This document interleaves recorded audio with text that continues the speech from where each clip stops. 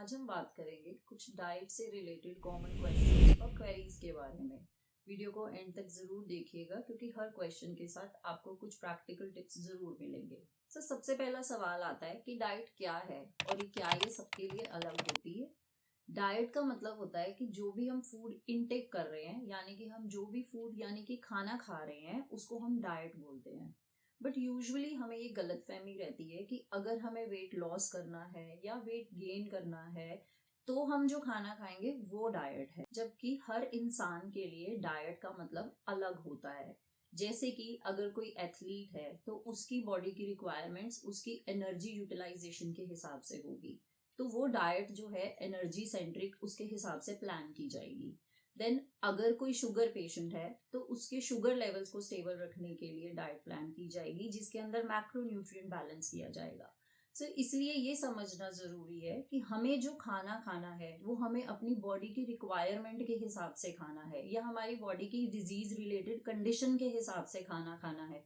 हम वैसे खाना नहीं खा सकते कि हमें किसी ने भी रिकमेंडेशन दे दिया या हमने कोई भी चीज सुन ली या पढ़ ली, अगर वो चीज हमें सूट नहीं करती तो हमें उसको कंज्यूम नहीं करना चाहिए। नेक्स्ट क्वेश्चन जो आता है वो आता है कि क्या वेट लॉस प्लान्स और डिजीज स्पेसिफिक प्लान्स अलग अलग रहते हैं, यानी कि क्या वेट लॉस के लिए और डिजीज के लिए डाइट अलग अलग रहती है। बिल्कुल, जो वेट लॉस है उसके लिए डाइट जो क्रिएट की जाती है उसके अंदर कैलोरी डेफिसिट क्रिएट किया जाता है। डेफिसिट का मतलब है कि कम कैलोरीज इनटेक दिया जाता है जितना कि कैलोरी एक्सपेंडिचर होता है। तो उससे क्या होता है, उससे वेट लॉस होता है, फैट बर्निंग प्रोसेस होती है। देन सेकेंडली है हमारे पास disease centric plan. Disease centric plan का मतलब है कि जो भी डाइट प्लान बनेगा या जो भी आप फूड कंज्यूम करेंगे वो आपके डिजीज से रिलेटेड होगा। सपोजिटली अगर किसी को किडनी से रिलेटेड डिजीज है तो उसकी डाइट के अंदर सोडियम और पोटेशियम इनटेक को चेक कर रखना पड़ेगा ताकि उनके जो क्रेटिनाइन लेवल्स हैं या यूरिक एसिड है वो और ज्यादा इंक्रीज ना हो। सिमिलरली अगर कोई लिवर की डिजीज से सफर कर रहा है तो उसकी जो डाइट है वो फैट और प्रोटीन्स को बैलेंस करके बनाई जाएगी। ऐसे ही जो डायबिटिक पेशेंट्स हैं उनके लिए लो ग्लिसेमिक इंडेक्स के फूड्स इनटेक उनके डाइट प्लान्स में डाले जाएंगे। वेट लॉस प्लान्स और डिजीज स्पेसिफिक प्लान्स हमेशा ही डिफरेंट होते हैं और उसके अंदर मैक्रो न्यूट्रिएंट्स को बैलेंस करना होता है। नेक्स्ट क्वेश्चन आता है कि मील प्लानिंग से टाइम और पैसे कैसे बचते हैं। ये तो एक बहुत ही प्रैक्टिकल एंगल है।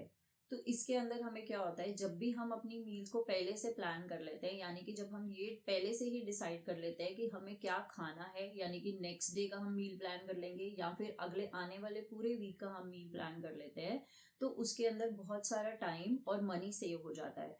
टाइम कैसे सेव होता है, जैसे कि आपने अपने मील प्लान कर लिए तो आपको लास्ट मिनट में ये सोचने की जरूरत नहीं पड़ती कि आपको क्या कुक करना है और वो क्या जो आप कुक करना चाहते हैं या जो भी आप खाना चाहते हो उसके इंग्रेडिएंट्स आपकी पैंट्री में है या नहीं है। सेकेंडली जब आपके पास पहले से ही मील प्लान होता है तो आप उसके लिए ग्रोसरी शॉपिंग भी कर लेते हो। तो उसके अंदर क्या है कि जब आप ग्रोसरी स्टोर में जाते हो तो आप इम्पल्स बाइंग नहीं करते, आपको जितनी जरूरत होती है आप उतना ही बाय करते हो क्योंकि आपने ऑलरेडी अपने मील के प्लान कर रखे हैं।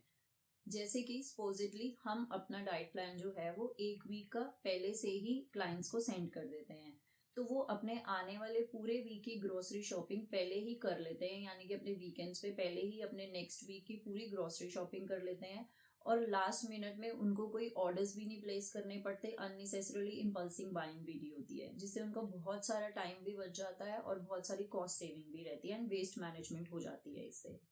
इसी में से अगला सवाल निकल के आता है कि मील प्लानिंग क्या है और इसको हम कैसे शुरू कर सकते हैं।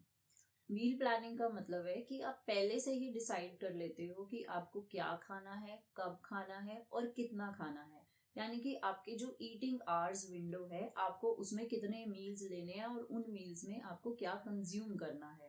That is known as a meal planning.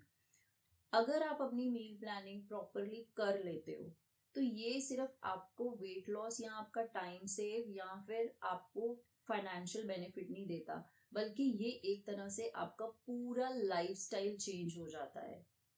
जब आपका लाइफस्टाइल पूरे तरीके से चेंज हो जाता है तो आपकी हेल्थ इंप्रूवमेंट रहती है, वेस्ट मैनेजमेंट हो जाती है उससे, एंड ऑल्सो आपको कोई लास्ट मिनट हसल बसल नहीं होती है क्योंकि जब आपको भूख लगी होती है तब आप डिसाइड नहीं कर पाते हैं कि आपको क्या खाना है।